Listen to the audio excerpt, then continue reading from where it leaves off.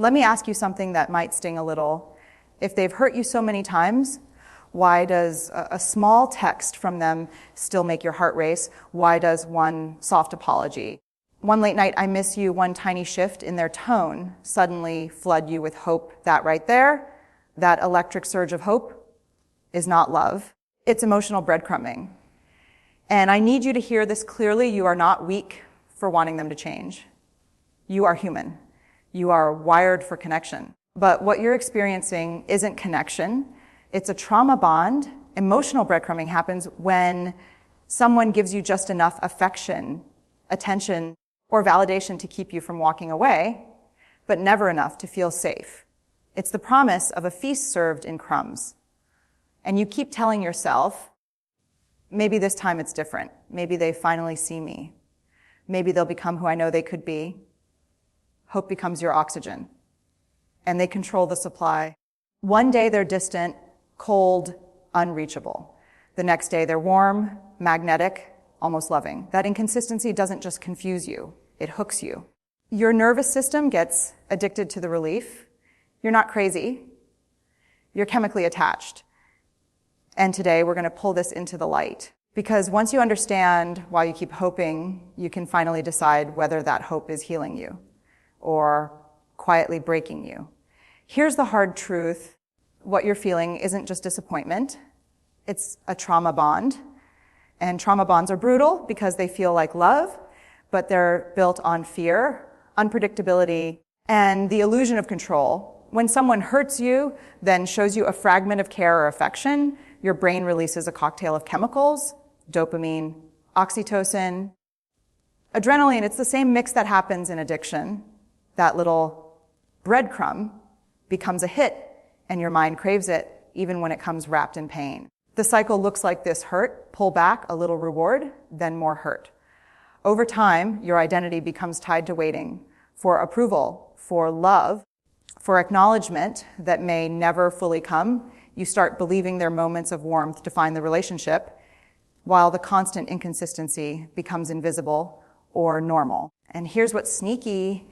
You convince yourself that if you just try harder, if you just show more patience, if you just love enough, they will finally change. But trauma bonds don't form because love is lacking. They form because fear and control are in play, and your emotional system is being rewired to tolerate what should feel intolerable. You are not flawed. You are not overreacting. You are human, wired to connect, and trapped in a high-stakes emotional pattern that hijacks your brain and your heart. The first step to breaking free isn't yelling at them, confronting them, or begging for change. It's naming what's happening, recognizing this bond is a trap, and the crumbs you're chasing are not love. They're a mirage, designed to keep you hoping while keeping you tethered. Once you see it, you gain a sliver of power. And power is the first step toward freedom. Have you ever noticed how your mind clings to the tiniest gestures? The text sent at 2 a.m., the rare compliment, the fleeting moment of attention, and blows them up into proof that things are getting better. That's not coincidence. That's your brain being hijacked. Here's the brutal honesty. You chase the crumbs because your nervous system has learned to equate inconsistency with hope. Every small sign of affection feels like a reward, and your mind convinces you it's meaningful. You start replaying their good moments over and over, like they're a lifeline, while conveniently forgetting the pain that came before or after. And here's the tragedy. You don't just want the crumbs. You start believing you deserve them. You tell yourself, if only I'm patient, if only I give more, if only I endure this, I'll finally get what I need. And the more you give, the smaller the crumbs seem to get, because the system is designed to keep you perpetually hungry. Trauma bonds thrive on this push-pull dynamic. The highs feel intoxicating, the lows feel unbearable, and the space in between is filled with anxiety, hope, and self-doubt. You start questioning your own worth, wondering why you can't just walk away. But here's the truth. It's not a test of strength. It's a chemical dependency your body didn't ask for. Breaking the pattern requires more than willpower. It requires seeing the mechanics of the bond, why these crumbs light up your brain, why your heart insists on returning, and why hope has become your chain. Once you understand this, you can begin to separate longing from illusion and start reclaiming your heart from the addictive pull of inconsistency. One of the most painful parts of breadcrumbing is the illusion of change. You see it, you feel it, and for a fleeting moment, you believe it's real. Maybe they apologize sincerely. Maybe they act affectionate, attentive, even vulnerable. Your heart whispers, this is it, they're finally changing. But here's the brutal truth: emotional breadcrumbing thrives on those moments. The change is rarely consistent, rarely permanent. It's a tactic, whether conscious or unconscious, that keeps you tethered. And because humans are wired to seek patterns and meaning, your mind clings to every tiny instance of good behavior, convinced it's a sign of transformation. Every inconsistency plays a cruel trick on your perception. The rare warmth gets amplified in your memory, while months of neglect and hurt fade into the background. You start to justify the pain. They didn't mean it. They're just stressed. This is my chance to help them evolve. But hope alone cannot repair someone who repeatedly harms you. This illusion creates a dangerous cycle. You invest more, sacrifice more, and cling harder, believing change is around the corner. And with every breadcrumb, your emotional dependency grows. Your identity becomes intertwined with their unpredictability. You start questioning your worth, asking yourself, why can't I just be enough? Here's the truth you must hold onto: you are enough. You don't need someone's sporadic affection to validate your worth. Recognizing the illusion of change is not cynicism. It's clarity. It's the first step toward breaking free from the emotional loop that has been quietly controlling your heart and your mind. Let's be honest, chasing breadcrumbs comes with a hidden price. It's not just disappointment, it's anxiety, self-doubt, and the subtle erosion of your self-worth. Every time you hope they'll change and they don't, your nervous system registers it as rejection. Over time, those small hits accumulate, leaving you emotionally exhausted and perpetually on edge. You begin to question yourself. Am I too sensitive? Am I imagining things? Maybe I'm asking for too much. The truth, you're asking for basic human respect, love, and consistency. That is not too much. That is your right.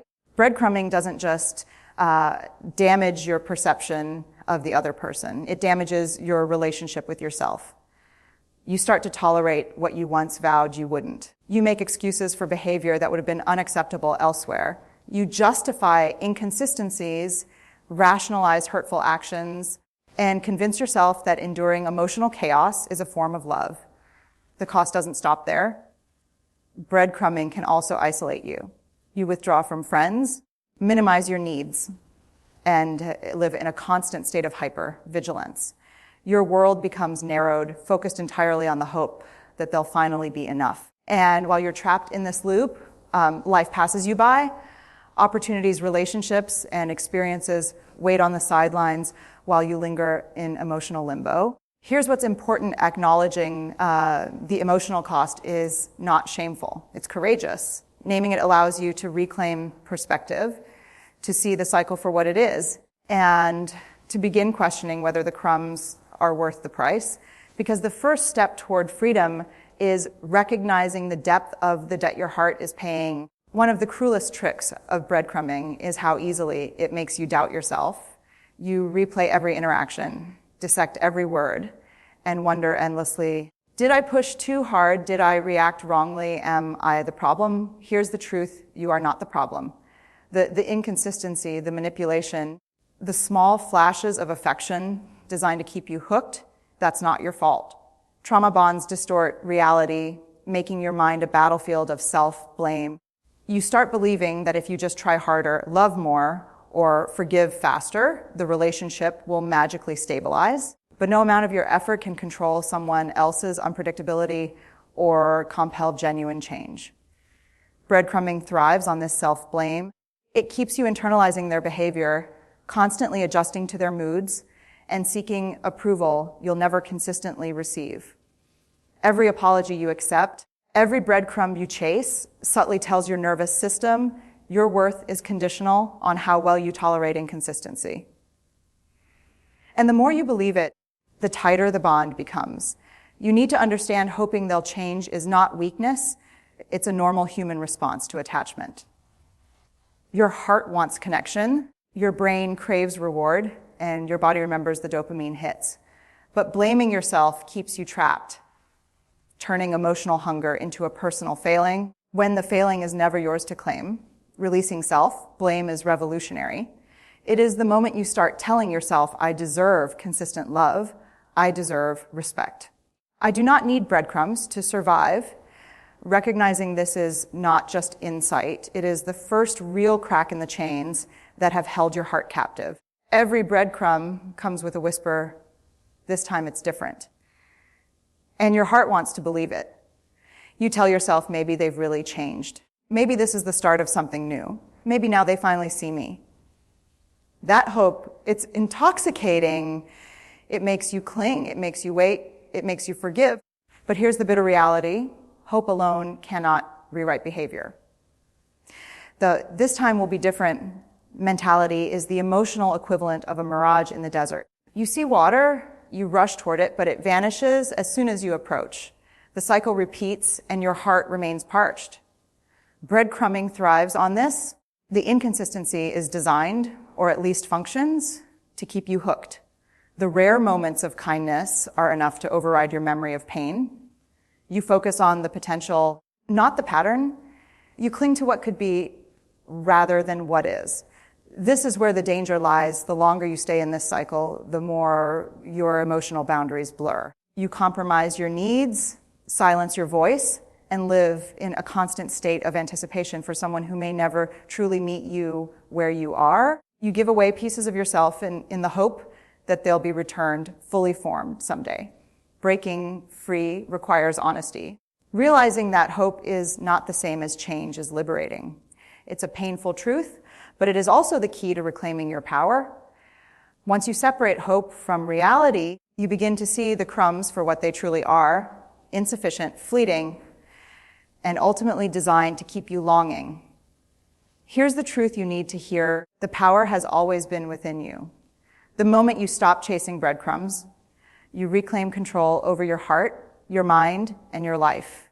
You realize that love does not have to be a gamble, that affection does not have to feel like a reward, and that your worth does not depend on someone else's inconsistency. Breaking the cycle of emotional breadcrumbing starts with boundaries. Boundaries aren't walls to keep love out. They're the blueprint for protecting your heart. They define what you will accept, what you will tolerate, and what you will no longer endure. When you enforce boundaries, you send a message not just to them, but to yourself. I see my worth. I will not settle for less than I deserve. It's not easy. You will feel fear. You may question if you're overreacting. You may miss the illusion of connection. That's normal. Your nervous system is wired to crave the highs, to seek approval, and to cling to hope. But here's the empowering part. Every time you say no to crumbs, every time you refuse to engage with manipulation, you retrain your system. You teach your body, your mind, and your heart that consistency, respect, and genuine love are not negotiable. They are your right. This is where healing begins. The more you reclaim your power, the less the crumbs can control you. You start living for your own needs, your own emotional safety, and your own joy. You start seeking relationships that nourish rather than deplete. And make no mistake, this reclamation is revolutionary.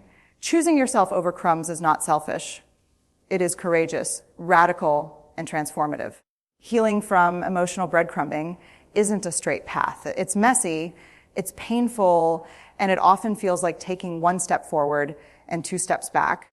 But here's what you need to understand. Healing is not about them. It's about reclaiming yourself. The trauma bond rewires your brain to crave inconsistency. So recovery requires intentionality. You must retrain your nervous system to recognize what is healthy, what feels safe, and what aligns with your worth. This often means creating distance, physical, emotional, and digital, from the person who has kept you tethered to crumbs.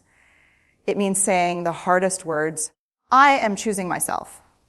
Part of healing is reconnecting with your own needs, desires, and joy. You start to notice what makes your heart feel light, what friendships nurture rather than drain, and what boundaries protect rather than punish. You give yourself permission to grieve what you hoped could be without shaming yourself for feeling it. Therapy, journaling, mindfulness, and support networks become allies. They help you untangle hope from reality, attachment from manipulation, and love from addiction. You begin to trust yourself again, your instincts, your decisions, and your capacity to thrive outside the cycle of crumbs. The beauty of healing is that it transforms you. You stop being defined by their inconsistency. You stop hoping for scraps of love. You start to live fully, freely, and intentionally. You learn that your heart is not a prize to be won. It is yours to honor, protect, and celebrate. Here's the truth that changes everything. Freedom begins the moment you stop chasing crumbs. It begins when you recognize that no fleeting gesture, no sporadic affection, and no promise of change can define your worth. Freedom begins when you decide that you are enough just as you are. Breaking the trauma bond is not a single act. It's a series of choices. Choosing yourself over crumbs. Choosing boundaries over chaos. Choosing clarity over confusion. Every no to manipulation, every refusal to tolerate inconsistency is a declaration, I will not be tethered by someone else's unpredictability. And yes, it's painful. You will grieve, you will doubt, you will feel moments of longing. But in that grief, in that doubt, you also discover your resilience, your self-respect, and your capacity for authentic love, love that is steady, reciprocal, and honoring of who you truly are. Imagine waking up without that constant pull, without your heart fluttering at every small sign of attention. Imagine relationships that feel safe, not like a gamble. Imagine the relief of knowing your worth does not depend on someone else's behavior. That is not a dream. That is your birthright. You are not defined by the breadcrumbs you've chased. You are defined by your courage to step away, your willingness to honor your own needs, and your capacity to reclaim your heart. The moment you do, you are free, truly free. And remember, the love you've been waiting for starts within you.